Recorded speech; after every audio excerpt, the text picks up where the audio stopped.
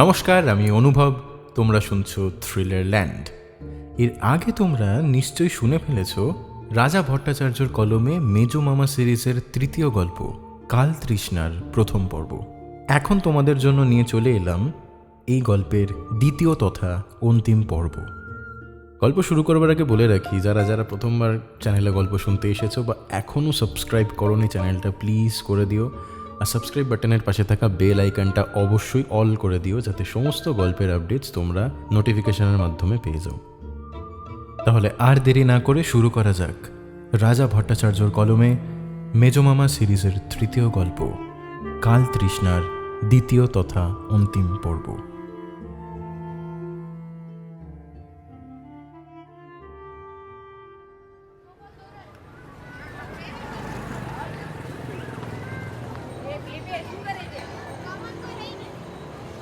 এই রাস্তার ওপরে গাড়ি রাখা যে কি ভয়ঙ্কর ঝামেলার ব্যাপার, আজ তা হাড়ে হাড়ে টের পেলেন সুমিত। যুধিষ্ঠির 5 মিনিট ঘোরাঘুরির পর বিরক্ত গলায় বলল, আপনারা নেমে পড়ুন, আমি দেখছি কি করা যায়। আর আপনাদের কাজ মিটে গেলে আমাকে ফোন করে দেবেন, আমি চলে আসবো। বিকেল 5টা, চিতপুর রোড মানে রবীন্দ্র সরণিতে এই মুহূর্তে মানুষের ঢেউ খেলছে। এতটা আগে আসারও দরকার ছিল না, আর অর্ণবের বাড়িও ঠিক এদিকে নয়। কিন্তু আপাতত কন্ট্রোল মেজমামার হাতে। সকালে অর্ণব বেরিয়ে যাওয়ার পর থেকে মেজমামা সুমিতের স্টাডি রুমটা দখল করে বসেছিলেন। বলে দিয়েছিলেন তাকে যেন কেউ বিরক্ত না করে, তার একটু পড়াশোনা করার দরকার আছে। বেরিয়েছিলেন একেবারে লাঞ্চের আগে। দুপুরের খাওয়া দাওয়া সেরে হঠাৎ করেই মেজমামা বলেছিলেন, চলো সুমিত, একটু আগে ভাগেই বেরিয়ে পড়া যাক। পার্ক স্ট্রিটে আমার চেনা একটা কিউরিও শপ আছে, একবার সেখানে যাওয়া দরকার। তারপর সিধে বড় বাজার। তোমার দুপুরে ঘুমানোর বদভ্যাস নেই তো? না না, ঘুমানোর কোনো ব্যাপারই নেই। সারা দিন দৌড়ে বেড়াই, আর চেম্বার না থাকলে বই। আপনি চেঞ্জ করে নিন, আমি একটু যুধিষ্ঠিরকে ফোন করি। ঘণ্টাখানেকের মধ্যেই বেরিয়ে পড়েছিলেন দুজনে। প্রথমে পার্ক স্ট্রিটের সেই কিউরিও শপ। এখানে ঢুকে অবশ্য সুমিত মুগ্ধ হয়ে গিয়েছিলেন, যদিও মেজমামা ঠিক কী যে করলেন সেটা তার মাথায় ঢুকল না। আজকালকার দিনেও যে এইসব মান্ধাতার আমলের জিনিসপত্র পাওয়া যায় এবং লোকজন সেসব কিনেও নিয়ে যায়, এটা তার ধারণার বাইরে ছিল। একটা সোফায় বসে হাঁ করে আলমারিতে রাখা সেই সব আদ্যিকালের বাসনকোসন, গয়না, মূর্তি, কাঠ, মার্বেল বা সিল্কের তৈরি জিনিস, সেসবের দিকে তাকিয়ে রইলেন তিনি। আর মেজমামা সেই যে, একটু বসো সুমিত, এক্ষুনি আসছি বলে ভেতরের দিকের একটা দরজা খুলে ঢুকে গেলেন। বেরোলেন পাক্কা 1 ঘন্টা পর। সুমিত শুধু লক্ষ্য করলেন মেজমামার মুখটা থমথমে, ভুরু কুঁচকে আছে। তিনিও কিছু বললেন না, সুমিতও কিছু জিজ্ঞেস করার সাহস পেলেন না। পার্ক স্ট্রিট থেকে সোজা রবীন্দ্র সরণি। এদিকটা খুব ভালো করে চেনেন না সুমিত। অর্ণবের দেওয়া ঠিকানাটা কাছেই, একটা রাস্তার পরে। মেজমামা যে ঠিক কী খুঁজে বেড়াচ্ছেন সেটাও তার মাথায় ঢুকল না। শুধু এটুকু বুঝতে পারছিলেন যে এই জায়গাটা অদ্ভুত। 7 পুরনো জরাজীর্ণ বাড়ির পাশেই মাথা তুলে আছে ঝাঁ চকচকে ফ্ল্যাট। ফুটপাত বলে কিচ্ছু নেই, সর্বত্র ছোট বড় দোকান। প্রত্যেকটা ইঞ্চি থেকে ব্যবসার গন্ধ আসছে। বড় বাজার বলে কথা। শীতের বিকেল দ্রুত শেষ হয়ে আসছে। এসব দিকে অবশ্য অন্ধকার নেমে আসে না, তার বদলে জ্বলে ওঠে দোকানের আলো। মেজমামা অদ্ভুত ভঙ্গিতে দুপাশের বাড়িগুলো দেখতে দেখতে হাঁটছেন ফুটপাথের রেলিংয়ের পাশ দিয়ে। সুমিত ভয়ে ভয়ে তাঁর পেছন পেছন হাঁটতে লাগলেন। সারাক্ষণই মনে হচ্ছে এইবার বোধহয় মেজমামা কোনো ঝাঁকামুটের সঙ্গে ধাক্কা খাবেন, নইলে মালপত্র বয়ে নিয়ে যাওয়া ভ্যানগুলোর সামনে পড়ে যাবেন। অবশ্য তেমন কিছু ঘটল না। তার বদলে কি এক অদৃশ্য চিহ্ন দেখে হঠাৎ থমকে দাঁড়ালেন মেজমামা। সুমিত লক্ষ্য করলেন তার ডান হাতটা উঠে এসেছে বুকের ওপরে। যেন পাঞ্জাবির তলায় লুকানো পাঁজরগুলোকে হাতের মুঠোয় চেপে ধরার চেষ্টা করছেন তিনি। মুখের প্রত্যেকটা পেশি শক্ত হয়ে গিয়েছে। স্তব্ধ হয়ে তাকিয়ে আছেন একটা বাড়ির দিকে। একটু অবাক হয়ে সুমিত সেই বাড়িটার দিকে তাকালেন। অসম্ভব পুরনো বাড়ি একটা। এই রাস্তায় এরকম পুরনো বাড়ির অভাব নেই, কিন্তু এমন জীর্ণ দশা কোনোটারই বোধহয় হয়নি। ছিঁড়ি ছাদহীন দোতলা বাড়ি, বহুকালের মধ্যে রঙের প্রলেপ পড়েনি। নিচের তলায় টিনের শেডের নিচে সার বেঁধে দোকান। দেওয়াল থেকে লোহার রড বেরিয়ে রয়েছে বিপজ্জনকভাবে। বাড়িটা কি আপনার চেনা মেজো মামা? আর থাকতে না পেরে জিজ্ঞেস করলেন সুমিত। প্রথমটায় মেজমামা প্রশ্নটা শুনতেই পেলেন না। তার মুখটা সামান্য হাঁ হয়ে গিয়েছে, চোখ দুটো বড় বড়। বেশ কিছুক্ষণ ওভাবেই বাড়িটার দিকে তাকিয়ে থেকে হঠাৎ পাঞ্জাবির ভিতর থেকে তিনি বের করে আনলেন সেই স্ফটিকের মালাটা। সেদিকে তাকিয়ে সুমিতের চোখ দুটো মেজমামার মতোই বড় বড় হয়ে গেল।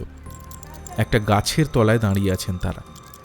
রাস্তার আলো সরাসরি পড়ছে না এখানে, তাই বুঝতে অসুবিধা হচ্ছে না যে মালাটা থেকে এই মুহূর্তে উজ্জ্বল বেগুনি আলো ঠিকরে আসছে। কার বাড়ি এটা?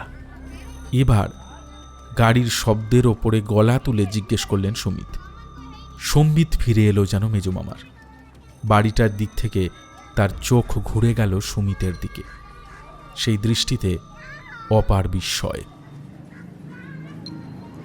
জানো সুমিত, কলকাতার সবচেয়ে পুরনো রাস্তাগুলোর মধ্যে এটা একটা। কেউ কেউ বলেন চিতপুর রোড হলো কলকাতার প্রথম পাকা রাস্তা। যখন কলকাতা নিতান্ত একটা গ্রাম ছিল, তখনও এই রাস্তাটা ছিল একটা বিখ্যাত তীর্থপথ। এই রাস্তা ধরেই দূর দূরান্ত থেকে লোকজন কালীঘাটে যেত তীর্থ করতে, মায়ের পুজো দিতে। কাশীপুরের গান অ্যান্ড শেল ফ্যাক্টরির কাছেই চিত্তেশ্বরী মন্দির আছে এখনো। সেই মন্দির নাকি 400 বছরের পুরনো। এই রাস্তা দিয়েই সেই মন্দিরে যেতে হতো, তাই এই রাস্তাটার নাম হয়ে গিয়েছিল চিতপুরের বড় রাস্তা। সেই যে হুতম প্যাঁচা লিখেছিলেন, চিতপুরের বড় রাস্তায় মেঘ করলে কাদা হয়, মনে আছে? মনে আছে বই কি, কিন্তু আপনি এখানে এভাবে দাঁড়িয়ে গেলেন যে? এই বাড়িটার কি কোনো বিশেষত্ব আছে? এককালে এই রাস্তার সমস্ত বাড়ির কোনো না কোনো বিশেষত্ব ছিল। এখনো অবশ্যই তার চিহ্ন খুঁজে পাওয়া মুশকিল। এতবার বাড়িগুলোর নম্বর পাল্টানো হয়েছে যে পুরনো নম্বর অনুযায়ী কোনো বাড়ি খুঁজে বের করা প্রায় অসম্ভব হয়ে গিয়েছে। তবে এই বাড়িটা... কথা শেষ করলেন না মেজমামা। তার বদলে একটা দীর্ঘশ্বাস ফেলে আরও কিছুক্ষণ তাকিয়ে রইলেন বাড়িটার দিকে। তারপর হঠাৎ ঘুরে দাঁড়িয়ে বললেন, চলো এবার যাওয়া যাক। এখান থেকে অর্ণবের বাড়ি খুব দূরে হবে না। পাশের রাস্তাটার নামই এজরা স্ট্রিট। 1 মিনিট দাঁড়াও তো। কাঁধের ঝোলা ব্যাগটা থেকে মেজমামা এবার বের করে আনলেন কয়েকটা ছোট ছোট কাগজের টুকরো। এগুলো অবশ্য সুমিতের চেনা। আজ সকালে বেরিয়ে যাবার আগে অর্ণব একটা অদ্ভুত কাণ্ড করেছিল। পার্স থেকে বের করে আনা কয়েকটা ভাঁজ করা ডায়েরির পাতা এগিয়ে দিয়েছিল মেজমামার দিকে। বলেছিল, এগুলো দেখুন, আজকাল প্রায় রোজই সকালে এই কাগজগুলো কুড়িয়ে পাচ্ছি টেবিলের উপরে। কে লিখছে, কখন লিখছে জানা নেই। আর আমাদের মধ্যে কারোর হাতের লেখাও এরকম নয়, অথচ রোজই সকালে মিন্টুদা এরকম 2-1টা কাগজ এনে দিচ্ছে আমাকে। বলছে ওগুলো নাকি টেবিলের উপরে পড়েছিল। দেখুন যদি কিছু বুঝতে পারেন। কাগজগুলো হাতে নিয়ে যে মেজমামার মুখ চোখের নিমেষে বিবর্ণ হয়ে গিয়েছিল, সেটা বুঝতে ভুল হয়নি সুমিতের। কয়েক সেকেন্ড বিস্ফারিত চোখে কাগজগুলোর দিকে তাকিয়ে তিনি বিড়বিড় করে বলেছিলেন, বিশ্বাস্য। কিছু বললেন? এখন কিছু বলবো না, তুমি এসো। আজ সন্ধে 7টা থেকে 7:30টার মধ্যে আমরা আসছি তোমার ওখানে। ঠিকানাটা একটু লিখে দিয়েছে। সুমিতের বুঝতে অসুবিধা হলো না এই মুহূর্তে মেজমামার হাতে রয়েছে সেই কাগজগুলোই। শুধু তার হাত দুটো কেন যে থরথর করে কাঁপছে সে কথা তিনি বুঝতে পারলেন না। সুমিত কিছু বলে ওঠার আগেই অবশ্য নিজেকে সামলে নিলেন মেজমামা। কাঁপা হাতে কাগজগুলোকে আবার ঢুকিয়ে নিলেন ব্যাগের মধ্যে। তারপর সুমিতের দিকে ফিরে তাকিয়ে বললেন, চলো সুমিত, সময় হয়ে গেছে। কিসের সময় হয়ে গেছে সে কথা জিজ্ঞেস করার সাহস হলো না সুমিতের। কেন যেন তার মনে হচ্ছে আজকের রাতটা অন্য রকম হতে চলেছে। অর্ণব আর তার বন্ধুদের ব্যাপারটা সম্ভবত ভয়ঙ্কর গোলমেলে কিছু। তা না হলে মেজমামা এরকম অদ্ভুত আচরণ করতেন না। পরক্ষণেই তার মনে হলো একটা কথা, লোক থই থই আলো ঝলমলে এই রাস্তাটা আসলে কলকাতার প্রাণকেন্দ্র। তার এত কাছে এমন একটা অদ্ভুত রহস্য ঘনিয়ে উঠেছে তা এখানে দাঁড়ালে বিশ্বাস করতেও কষ্ট হচ্ছে। আর এই পুরনো বাড়িটার ব্যাপারটাই বা কি? মেজমামা কেন কোনো প্রশ্নের উত্তর দিচ্ছেন না? অজস্র জিজ্ঞাসা নিয়ে মেজমামার পেছন পেছন হাঁটতে লাগলেন সুমিত। তিনি এমনভাবে হেঁটে যাচ্ছেন যেন এই সব অঞ্চলের রাস্তাঘাট তার নখদর্পণে। অথচ জীবনে কখনো স্থায়ীভাবে কলকাতায় থাকেননি মেজমামা। আসেনও কালভদ্রে, আর এলেই বলতে থাকেন, আমি বাবু জঙ্গলেই ভালো থাকি, সেখানে রাস্তাও নেই, রাস্তা হারানোর ভয়ও নেই। তোমাদের এই কলকাতা শহর একটা খাঁটি গোলক ধাঁধা। অথচ আজ মেজমামা অসম্ভব দৃঢ় পায়ে এগিয়ে চলেছেন। বোঝাই যাচ্ছে অন্তত রাস্তা হারানোর কোনো আশঙ্কা তার নেই। একটু এগিয়েই বাঁদিকে একটা রাস্তা ঢুকে গিয়েছে। মিনিট দুয়েকের মধ্যেই সেটা ধরে মেজমামা আর সুমিত এসে পড়লেন এজরা স্ট্রিটে। এইবার ডান দিকে ঘুরে দ্রুত পায়ে এগিয়ে চললেন মেজমামা। সুমিতকে তার সঙ্গে তাল রাখতে গিয়ে প্রায় ছুটতে হচ্ছে। এই মুহূর্তে তাদের দুজনকে দেখলে কেউ বলবে না সুমিত মেজমামার চাইতে প্রায় 20 বছরের ছোট। এই মুহূর্তে অদ্ভুত দেখাচ্ছে রাস্তাটা। দুপাশেই ইলেকট্রিক্যাল জিনিসপত্রের দোকান। আলো যে এত রকমের হতে পারে ধারণাই ছিল না সুমিতের। ঝলমল করছে গোটা রাস্তাটা, তবে লোক চলাচল কমে এসেছে ইতিমধ্যেই। ঘড়ি দেখলেন সুমিত, রাত প্রায় 7:30 বাজে। বোঝাই যাচ্ছে এইবার দোকানগুলো বন্ধ হতে শুরু করবে। একটা একটা করে নিভে যাচ্ছে বাইরে টাঙানো বিচিত্র সব আলো, ছাদ থেকে ঝুলে থাকা ঝাড়বাতি।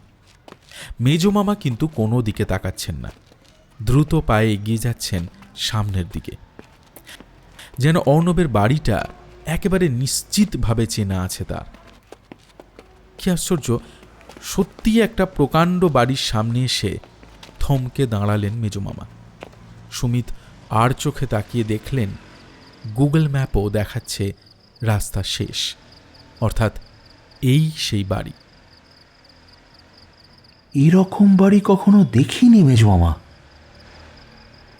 এককালে কিন্তু এই ধরনের বাড়ি কলকাতায় কম ছিল না হে। টেগোর কাসেলের নাম শুনেছ? যদ্দূর মনে পড়ছে যতীন্দ্রমোহন ঠাকুর খোদ উইন্ডসর ক্যাসেলের ধাঁচে বানিয়েছিলেন সেই বাড়ি। এটা অবশ্য তত বড় নয়, তবে মূল নকশাটা সেই একই ইউরোপিয়ান ধাঁচের। টাওয়ারগুলো দেখার মতো। সত্যি বলতে কি, সন্ধ্যের অন্ধকারে একটু ভুতুড়ে দেখাচ্ছে বাড়িটা। রাস্তার ওপরেই বিশাল প্রাচীর, উঁচু লোহার গেট আধখানা খোলা, কিন্তু শিকল দিয়ে বাঁধা। এই বাড়িতে বোধহয় কলিং বেলের ব্যবস্থা নেই। গেটের রেলিংয়ের ফাঁক দিয়ে দেখা যাচ্ছে উঁচু বারান্দা, তাতে সারি সারি থাম, আর থামের ফাঁকে ফাঁকে শ্বেত পাথরের মূর্তি। এই বাড়ির মালিক যে সাংঘাতিক বড়লোক এবং শৌখিন ছিলেন তা আর বলে দিতে হয় না। মেজমামা আবার চাপা গলায় বললেন, অর্ণবের কথাটা অক্ষরে অক্ষরে সত্যি, বুঝলে সুমিত? উত্তর কলকাতার খাঁটি বড় লোকেরা পয়সা দেখায় না। অর্ণব একবারও বলেনি যে ও এইরকম একটা বাড়িতে থাকে। সুমিত ঠিক বুঝতে পারছিলেন না এইবার তাদের কি করা উচিত। না জিজ্ঞেস করে অন্যের বাড়িতে ঢুকে পড়াটা আজকাল আর কারোর অভ্যেস নেই। দেখাই যাচ্ছে এই বাড়ির রীতি রেওয়াজ একটু অন্যরকম। মেজো মামার আচরণে অবশ্য কোনো দ্বিধার চিহ্ন নেই। কয়েক সেকেন্ড ঘাড় উঁচু করে প্রকাণ্ড বাড়িটার দিকে তাকিয়ে থেকে হঠাৎ কেমন যেন খুশিয়াল গলায় তিনি বললেন, চলো সুমিত, ভিতরে ঢুকে পড়া যাক। কাউকেই তো দেখা যাচ্ছে না। ইসই না, বারান্দায় উঠে ডাকাডাকি করে দেখা যাক। লোহার গেটের ফাঁক গলে ভেতরে ঢুকে পড়ে সুমিত বললেন, এই বাড়িতে মাত্র 2টো লোক থাকে? ভাবলেই তো গা ছমছম করার কথা। বলেই সুমিতের খেয়াল হলো হঠাৎ সোজা হয়ে দাঁড়িয়ে পড়েছেন মেজমামা। ডান হাতটা চেপে রেখেছেন বুকের ওপর। ব্যস্ত হয়ে সুমিত জিজ্ঞেস করলেন, আপনার কি শরীর খারাপ করছে? না না না না, শরীর খারাপ লাগবে কেন? একদম ঠিক আছি আসলে। কাঁপা হাতে পাঞ্জাবির ভেতর হাত ঢুকিয়ে আরেকবার সেই স্ফটিকের মালাটা বের করে আনলেন মেজমামা। শিউরে উঠে সুমিত দেখলেন এইটুকু সময়ের মধ্যেই রং বদলাতে শুরু করেছে তার। রহস্যময় ফিকে নীল রং ঠিকরে আসছে মালা থেকে। তারপর সুমিতের বিস্ফারিত চোখের সামনেই সেই রং বদলে হয়ে গেল গাঢ় নীল। মালাটা একবার কপালে ঠেকিয়ে দ্রুত পাঞ্জাবির মধ্যে ঢুকিয়ে ফেললেন মেজমামা। তারপর হালকা পায়ে তরতর করে সিঁড়ি বেয়ে বারান্দায় উঠে গেলেন। একটা ঘোলাটে বাল্ব জ্বলছে। এত বড় বারান্দাটা একেবারে পরিষ্কার তকতকে। দুই কোণে সামান্য কিছু শুকনো ঘাস পড়ে রয়েছে। দেখলেই বোঝা যায় সেগুলো পায়রাদের কীর্তি। সিঁড়ির ঠিক মুখোমুখি একটা মস্ত দরজা, সেটাও কেমন আলগোছে বন্ধ করা। তার ফাঁক দিয়ে দেখা যাচ্ছে একটা মাঝারি সাইজের উঠান। মুগ্ধ চোখে আরও একবার দুদিকে তাকিয়ে নিয়ে মেজমামা দরজাটায় বেশ জোরে শব্দ করে হাঁক দিলেন, কই হে অর্ণব, গেলে কোথায়? আমরা যে এসে পড়েছি। প্রায় সঙ্গে সঙ্গেই ভেতর থেকে একটা কড়া গলা পাওয়া গেল। কে কে ওখানে? মেজমামা সুমিতের দিকে তাকিয়ে চোখ টিপে হাসলেন। চাপা গলায় বললেন, কতদিন পর যে দরজায় দাঁড়িয়ে হাঁক দিয়ে গৃহস্বামীকে ডাকলাম কে জানে। এককালে যে কোনো বাড়িতে ঢোকার একমাত্র উপায় ছিল এটাই। তারপর আবার দরজার দিকে ফিরে মুখ ফিরিয়ে উঁচু গলায় বললেন, আমি প্রেমেন্দ্রনাথ। অর্ণব ফিরেছে, তাকে একটু ডেকে দিন। এইবার হঠাৎ ভেতরে একটা পায়ের শব্দ পাওয়া গেল, যেন দ্রুত পায়ে কেউ এদিকে ছুটে আসছে। একটু পরেই শব্দ করে খুলে গেল দরজাটা। তার সঙ্গে সঙ্গেই জ্বলে উঠল উঠানের আলোটা। আর খোলা দরজার দিকে হাঁ করে তাকিয়ে রইলেন মেজমামা আর সুমিত। কফি হাউসের বেয়ারারা যেমন সাদা রঙের উর্দি পরে কাজ করেন, ঠিক তেমনি একটা পোশাক পরে তাদের সামনে দাঁড়িয়ে রয়েছেন একজন মানুষ। তার বয়স অন্তত 60। চুল সব পেকে গিয়েছে, মুখে ক্লান্তির ছাপ। কিছুক্ষণ অবাক চোখে তাদের দিকে তাকিয়ে থেকে তিনি বললেন, আপনাদের তো চিনতে পারলুম না। আপনি মিন্টুদা? হ্যাঁ, আমার নাম তো মিন্টু, কিন্তু আপনি কে? আরে আপনি আমার নাম জানলেন কি করে? আমি অর্ণবের এক বন্ধুর বাবা। আমার নাম প্রেমেন্দ্রনাথ দেবনাথ, বরপেটায় থাকি। আর এ হলো আমার জামাই সুমিত, ও একজন ডাক্তার, মনের ডাক্তার। আজ সকালে অর্ণব আমাদের বাড়িতে গিয়েছিল। ওর কাছ থেকেই জানতে পারলাম ইদানিং এই বাড়িতে অদ্ভুত কিছু ঘটছে। আপনি তো নিশ্চয়ই। মিন্টুদার চেহারাটা যে মেজমামার কথা শুনতে শুনতেই একেবারে বদলে গিয়েছে সেটা এই আবছা আলোতেও বুঝতে অসুবিধে হলো না সুমিতের। এক অদ্ভুত তীব্র চোখে মেজমামার মুখের দিকে তাকিয়ে রয়েছেন তিনি। এখন গলা বাড়িয়ে বাইরের উঠানের দিকে এক ঝলক তাকিয়ে নিয়ে চাপা গলায় তিনি বললেন, ভেতরে আসুন বাবু, আর আমাকে আপনি বলবেন না, লজ্জা করে। দরজা দিয়ে ঢুকতেই সেই ছোট উঠানটা, তার চারপাশে সারি সারি ঘর, বন্ধ দরজা, শুধু ঠিক মুখোমুখি ঘরটার দরজা খোলা। সেই দরজা দিয়ে এক ঝলক চৌকো আলো এসে পড়েছে উঠানে। এদিকে আসুন, খোকা কি বলেছে আপনাদের? সবই বলেছে। ওর আর ওর বন্ধু বান্ধবদের হাবভাব পাল্টে যাওয়া, জামা কাপড়, তারপর ইংরেজি বলতে শুরু করা, মদের নেশা। কথা বলতে বলতেই উল্টো দিকের দরজাটা দিয়ে ঘরের ভেতরে ঢুকলেন ওরা সকলে। এটা একটা প্রকাণ্ড হলঘর, যেটার কথা সকালে অর্ণব বলেছিল। বাইরের আলো ঝলমলে শহরটা যেন এই ঘরটাকে পেছনে ফেলে 100 বছর এগিয়ে গেছে। এ ঘরের প্রতিটা জিনিস সযত্নে বাছাই করে আনা অ্যান্টি। ঠিক মাঝের বাহারি চেয়ার টেবিলগুলো, দেওয়াল আলমারিটা, এক কোণে রাখা রাইটিং টেবিল, তার উপর গুছিয়ে রাখা দোয়াত আর কলম, মাথার ওপরে ঝুলে থাকা ঝাড়বাতি, প্রত্যেকটা জিনিস যেন নিঃশব্দে ঘোষণা করে চলেছে এ ঘরে আধুনিকতার প্রবেশ নিষেধ। দেখুন দেখুন, ঘরের অবস্থাখানা দেখুন। কেউ বলবে এটা আজকালের দিনের কলকাতা শহরের একটা বাড়ির বসার ঘর? হ্যাঁ, এই যে কি চলছে বাবু, আমি বলে বোঝাতে পারবো না। একেই ভূতের বাড়ি, বিখানা ঘর, লোক মোটে 2 জন, তার মধ্যে যদি এইসব কাণ্ড শুরু হয়। এক গ্লাস জল খাওয়াবে মিন্টু? বড্ড তেষ্টা পেয়েছে। এক মুহূর্তের জন্য দাঁড়িয়ে রইল মিন্টুদা।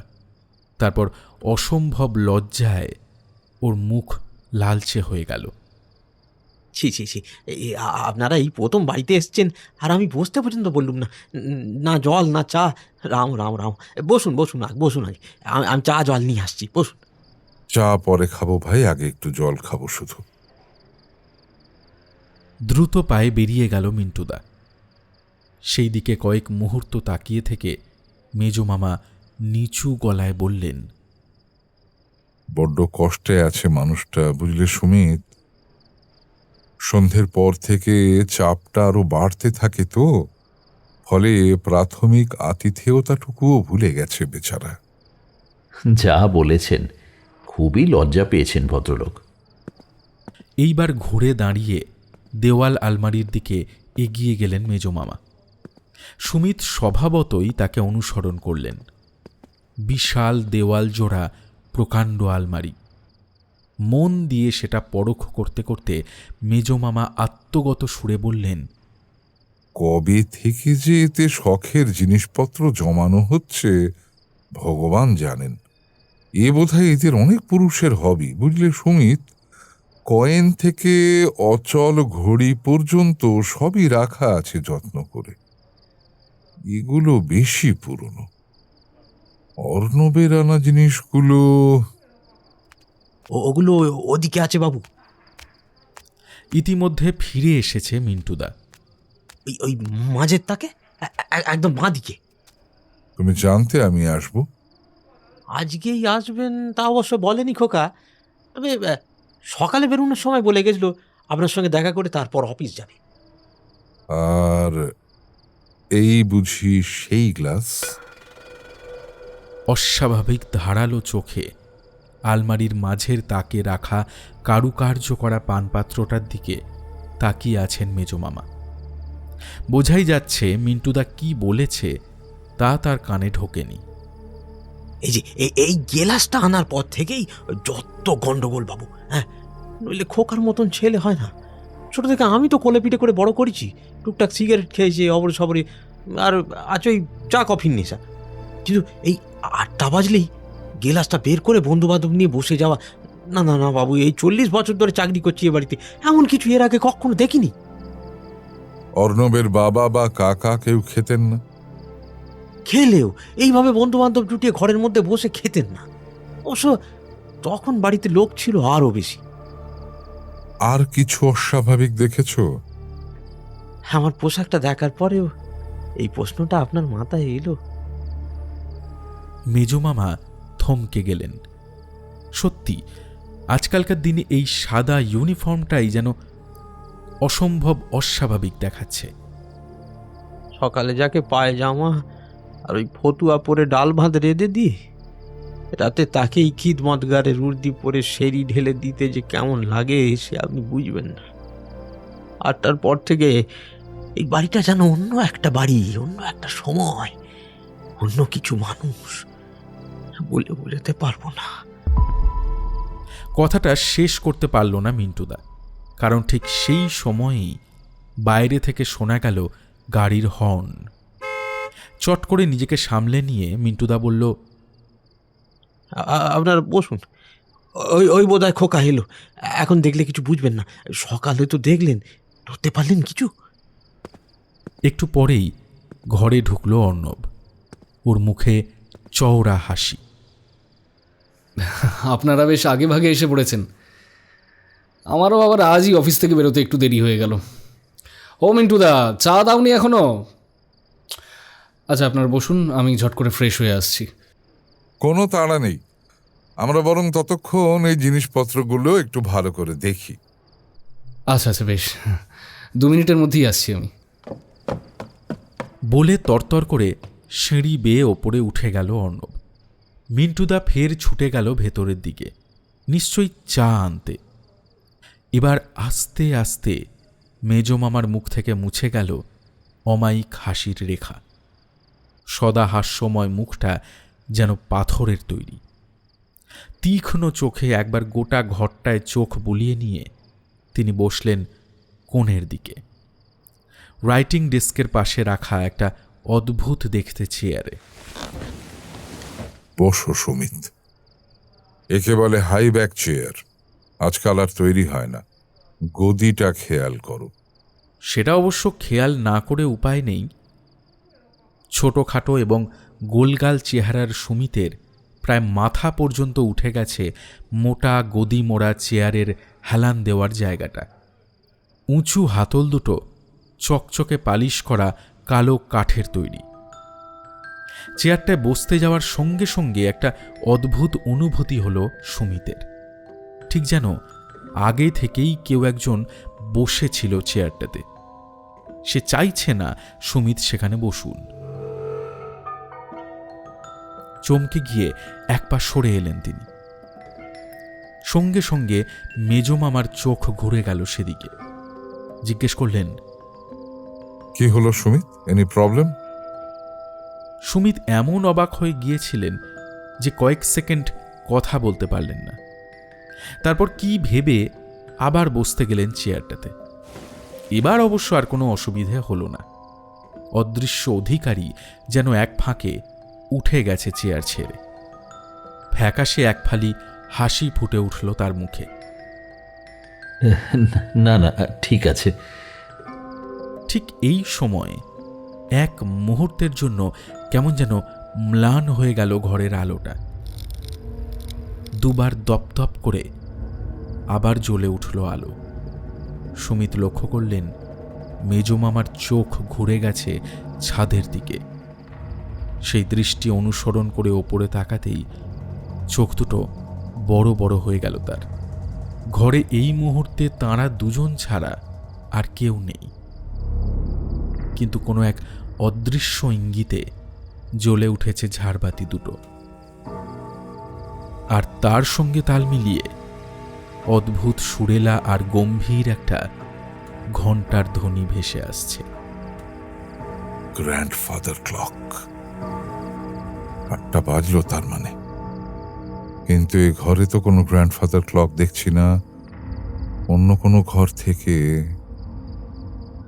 এমন সময় দরজায় টোকা পড়ল। খুব ভদ্রভাবে কেউ নক করছে দরজাতে। মেজমামা বা সুমিত কিছু বলার আগেই পেছন থেকে শোনা গেল একটা অসম্ভব সাহেবী উচ্চারণ। Come in, gentlemen. I'm waiting for you all. চমকে পেছনে ফিরে তাকালেন সুমিত। তাঁদের পেছন দিয়েই উঠে গেছে দোতলায় যাওয়ার সিঁড়ি। সেই সিঁড়ির মাঝামাঝি জায়গায় এই মুহূর্তে দাঁড়িয়ে রয়েছেন অর্ণব, আর তার দিকে তাকিয়ে সুমিতের মুখটা সামান্য হাঁ হয়ে গেল। এই কয়েক মিনিটের মধ্যেই অর্ণবের সম্পূর্ণ অস্তিত্বটাই যেন পরিবর্তিত হয়ে গেছে। এই মুহূর্তে তার পরনে ধূসর রঙের চেক কাটা কোট, মুখে একটা অদ্ভুত দৃঢ়তা যেটা সকালে মোটেই ছিল না। গোঁফের প্রান্ত দুটো উঠে গেছে ওপরের দিকে, চকচকে কালো চুল মাঝখানে সিঁথি করে আঁচড়ানো। সব মিলিয়ে যেন ঊনবিংশ শতকের মাঝামাঝি সময়ের কোনো আলোকপ্রাপ্ত কলকাতার বাবু। পরক্ষণেই শোনা গেল দরজা খুলে যাবার শব্দ। নিজে থেকেই মেজমামা আর সুমিতের চোখ ঘুরে গেল সেদিকে। এমন দৃশ্য এরা দুজনের কেউই কখনো দেখেননি। পায়ে পা মিলিয়ে হেঁটে এবার ঘরে ঢুকছে আরও 4 তরুণ। তাদের প্রত্যেকেরই পরনে পুরনো দিনের স্যুট কোট।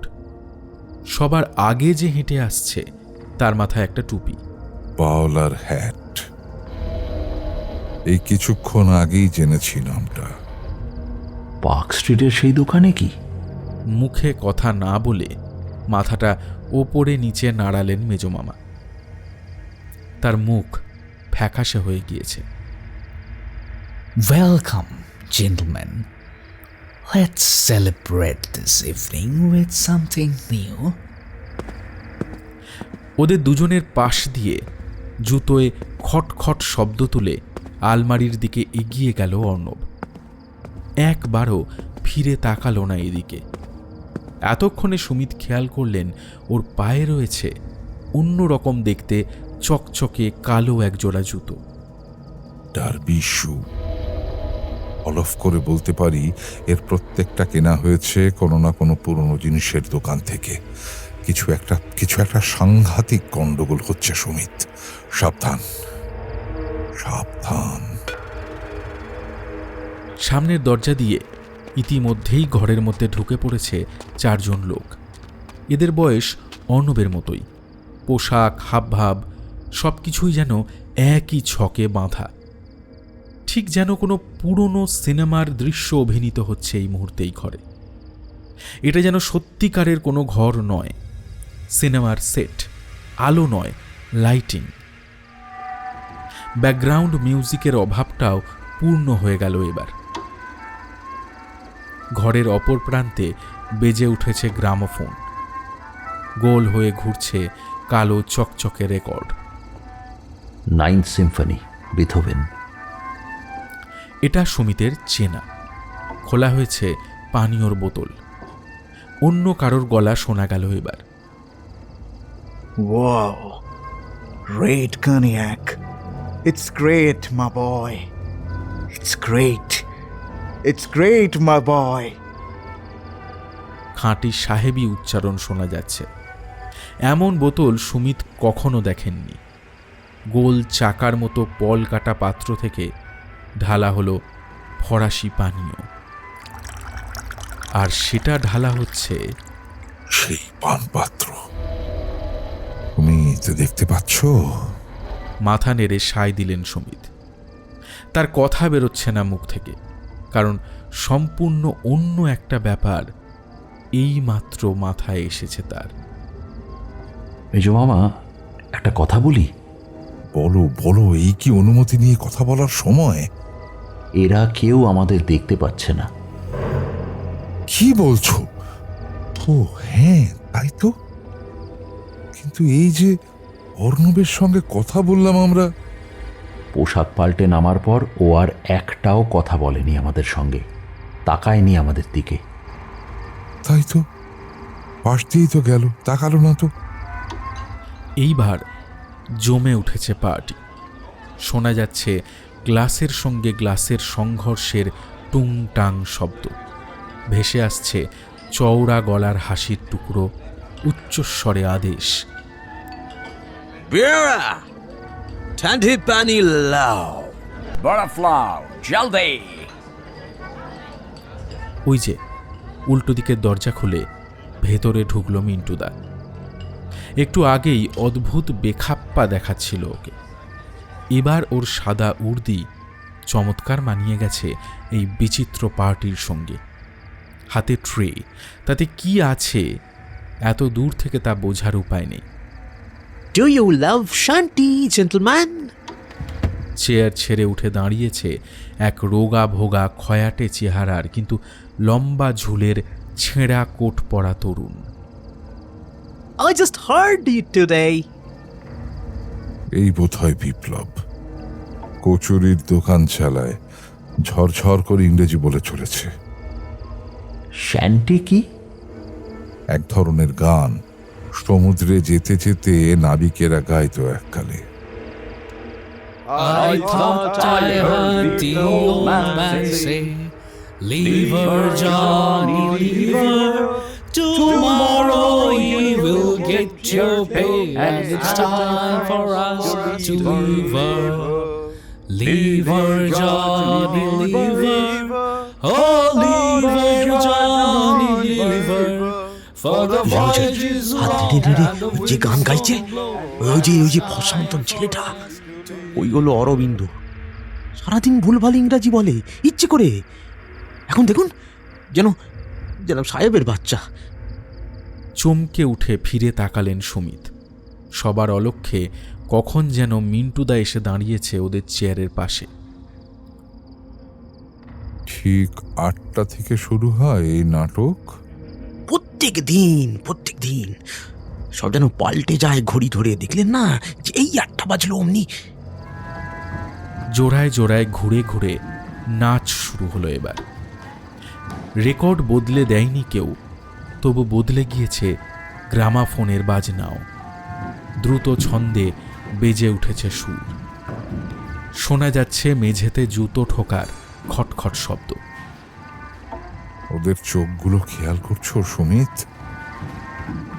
না, খেয়াল এতক্ষণ করেননি।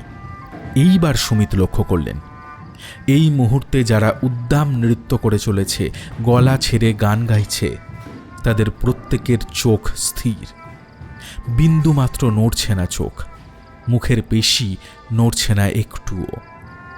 হঠাৎ সর্বাঙ্গে কাঁটা দিয়ে উঠল সুমিতের। মনে হচ্ছে যেন কোনো কবরের অন্ধকার থেকে উঠে এসেছেন কয়েকজন মৃত মানুষ। এই শতাব্দী প্রাচীন বাড়ির ভব্য ড্রয়িং রুমে আজও তারা উপভোগ করে চলেছেন তাদের কাটিয়ে যাওয়া, ফুরিয়ে যাওয়া সেই সব ইহলোকের সান্ধ্য সমাবেশের উচ্ছ্বাস।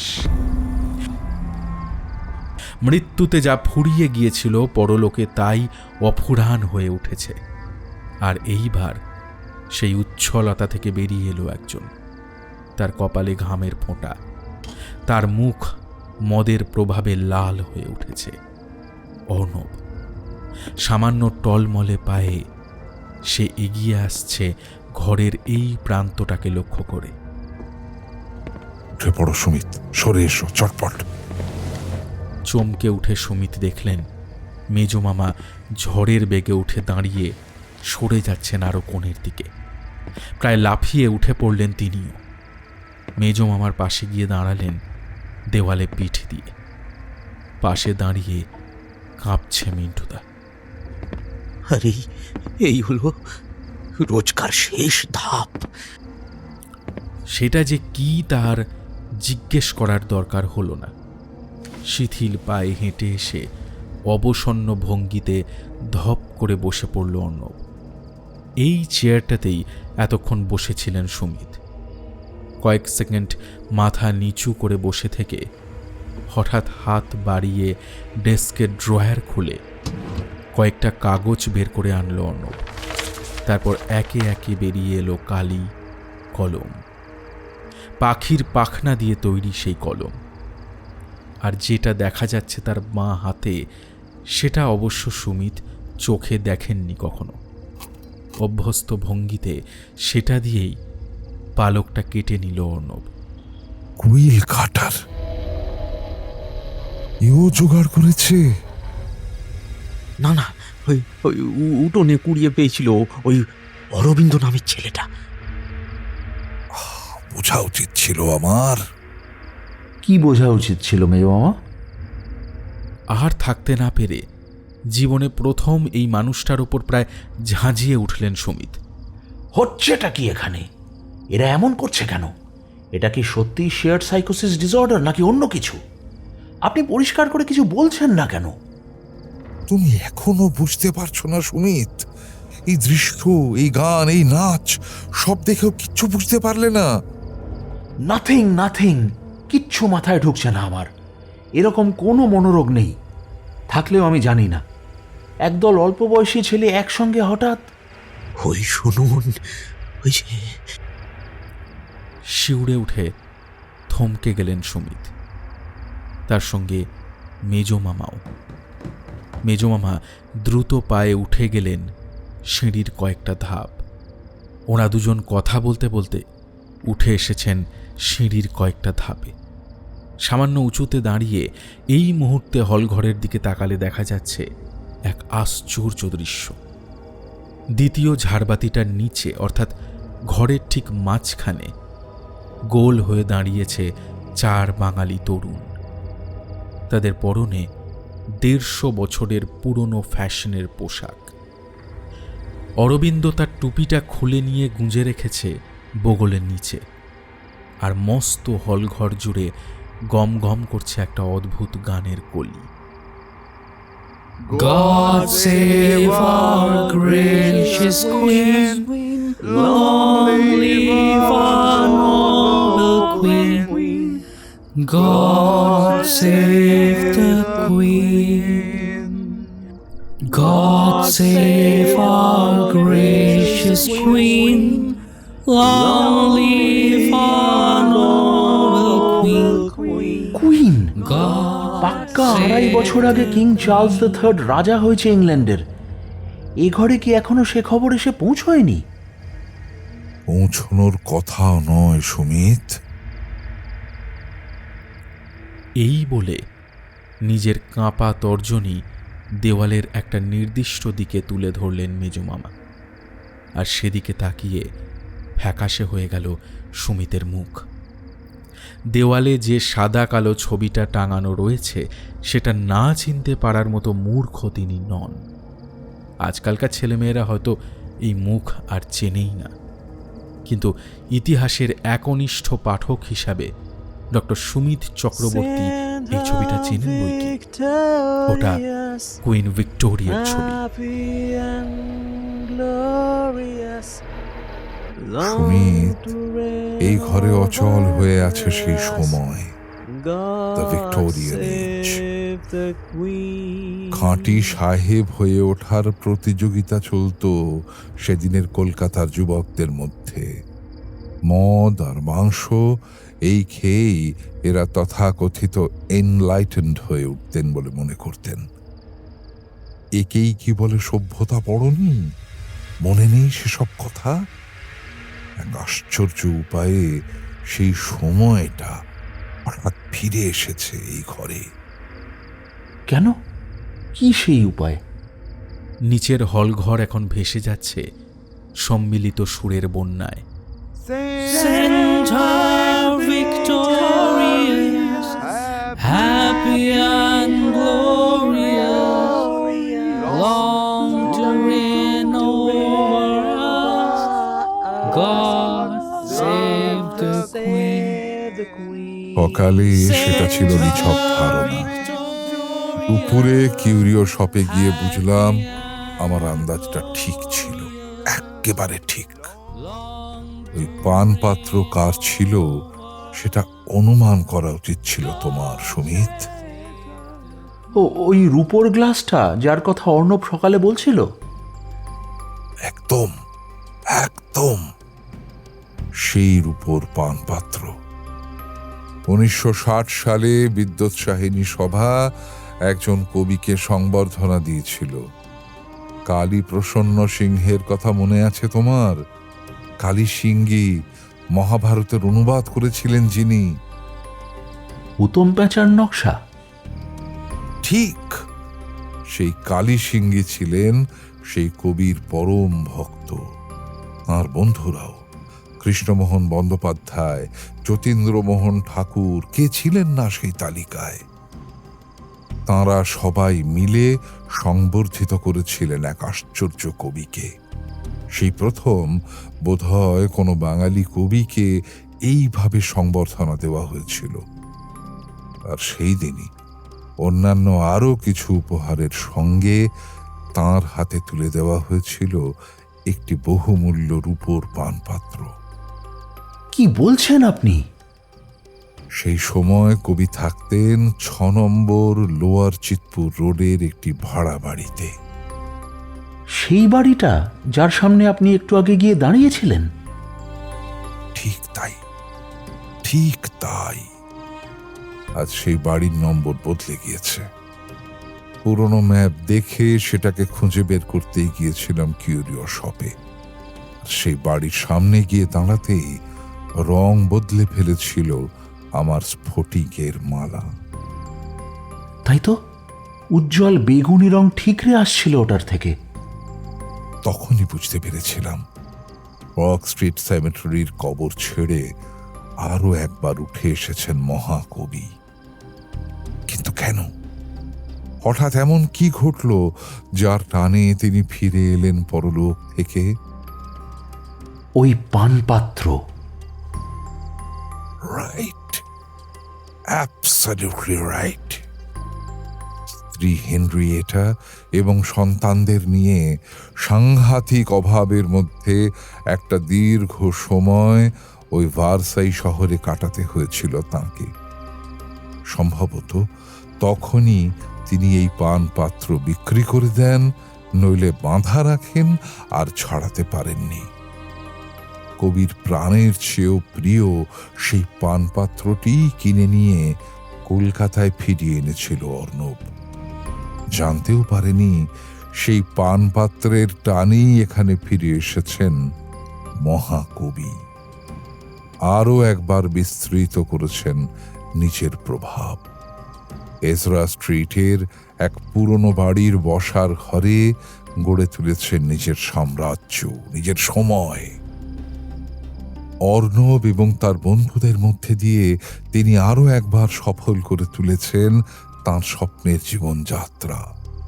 বন্ধু, কাব্যপাঠ, মদ্যপান, এমনকি তাঁর অনন্ত ধার করার স্বভাব, তাঁর অমিত ব্যয়িতা পর্যন্ত ছড়িয়ে পড়েছিল গৌতমের মধ্যে।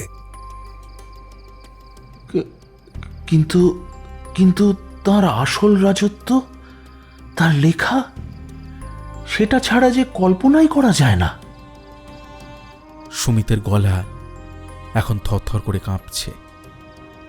পকেটে হাত ঢুকিয়ে সেই ছেঁড়া কাগজের টুকরোগুলো বের করে আনলেন মেজমামা। তারপর কাঁপা হাতে বাড়িয়ে দিলেন সুমিতের দিকে। হ্যাঁ, কয়েকটা কবিতার পংক্তি। কাঁচা হাতের লেখায় ফুটে উঠেছে কয়েকটা অচেনা লাইন। শব্দগুলো অচেনা, কিন্তু সেই রাজসিক ভঙ্গিমা চিনে নিতে ভুল হতে পারে না কারোরই। আর কতদিন সৌরি এই অতল জলে পুরিবে বিরহানলে এ তব কিঙ্করি। হে রাধা রমন শীঘ্র কহ তার অমারে। তার এই কবিতা তো পড়িনি। পড়ার কথাও নয়, বহু কষ্টে তোমার স্টাডিতে বসেই খুঁজে বের করলাম। এটা তাঁর লেখা নারায়ণের প্রতি লক্ষ্মী কবিতার আরেকটা ভার্সন। প্রত্যেকটা কাগজে এরকমই টুকরো টুকরো কাটাকুটি, পুরনো কবিতার নতুন চেহারা। বিস্ফারিত চোখে ছোট ছোট কাগজগুলোর দিকে তাকিয়ে রইলেন সুমিত। এক অসন্তুষ্ট মহাকবি ফিরে এসেছেন নিজের অমর লেখনীর ত্রুটি সংশোধন করে নিতে। তার মানে অর্ণব এখন ওই রাইটিং টেবিলে বসে নিশ্চিতভাবে কবিতাই লিখছে। এসো তো, তবু একবার পরখ করে নেওয়া যাক। সন্তর্পণে পা টিপে টিপে সিঁড়ি বেয়ে নেমে এলেন সুমিত আর মেজমামা। নিঃশব্দে গিয়ে দাঁড়ালেন অর্ণবের ঠিক পেছনে। দেখলেই বোঝা যায় অর্ণবের এই মুহূর্তে বাহ্য জ্ঞান নেই। ঘরে তার বন্ধুরা এখন আবার গোল হয়ে ঘুরে ঘুরে নাচছে। সেই কলরোল তার কানে ঢুকছে না। কাগজের উপর ঝুঁকে পড়েছে সে। ডান হাতে ধরা পাখির পালক ঝড়ের বেগে ছুটে চলেছে সেই কাগজের উপর দিয়ে, আর কাগজের ওপর যা লেখা হয়ে যাচ্ছে তা চিনতে অবশ্য সুমিতের ভুল হলো না। বেঁচে থাকতে তার বড় ইচ্ছে ছিল মেঘনাদ বধ কাব্যের প্রথম 4টি সর্গ আবার নতুন করে লিখবেন। আরও নিখুঁত করে তুলতে হবে তার জীবনের সর্বশ্রেষ্ঠ সৃষ্টিকে। বাঙালির ম্যাগনাম ওপাস যেন সব দিক থেকেই নিখুঁত হয়ে ওঠে। তাই আজ দ্বিতীয় সুযোগ পেয়ে বাংলার একমাত্র মহাকবি খসখস করে লিখে চলেছেন, সম্মুখ সমরে পড়ি বীর চূড়ামণি বীর বাহু চলি যাবে, গেলা জমপুরে অকালে। কহ হে দেবী অমৃত ভাসিনী, কোন বীর বরে বরি সেনাপতি পদে পাঠাইলা রণে পুনর্রক্ষ কুলনিধি রাঘবারী। অন্তিম সুযোগটির পূর্ণ সদ্ব্যবহার করে নিতে পরকাল থেকে ফিরে এসেছেন বাঙালির একমাত্র মহাকবি মাইকেল মধুসূদন দত্ত। এবার আর তাঁর কাব্যে কোনো ত্রুটি থাকবে না।